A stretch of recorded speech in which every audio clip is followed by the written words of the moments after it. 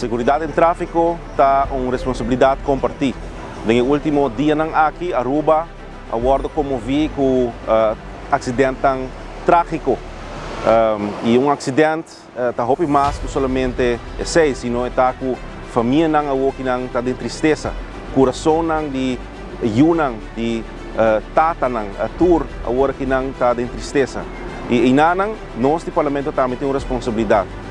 Como presidente da Comissão de Justiça, me faço solicitud na presidente do parlamento para pedir ministro de Justiça bem parlamento para nós abrir a discussão e debate over de seguridade em tráfico, over de lei existente que nós temos e também que o manejo que vai worden que going forward.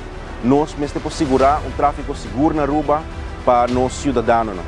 De parte do parlamento, nós estamos assumindo nossas responsabilidades e nós chamamos o ministro de Justiça para vir ao parlamento para nós ter debate.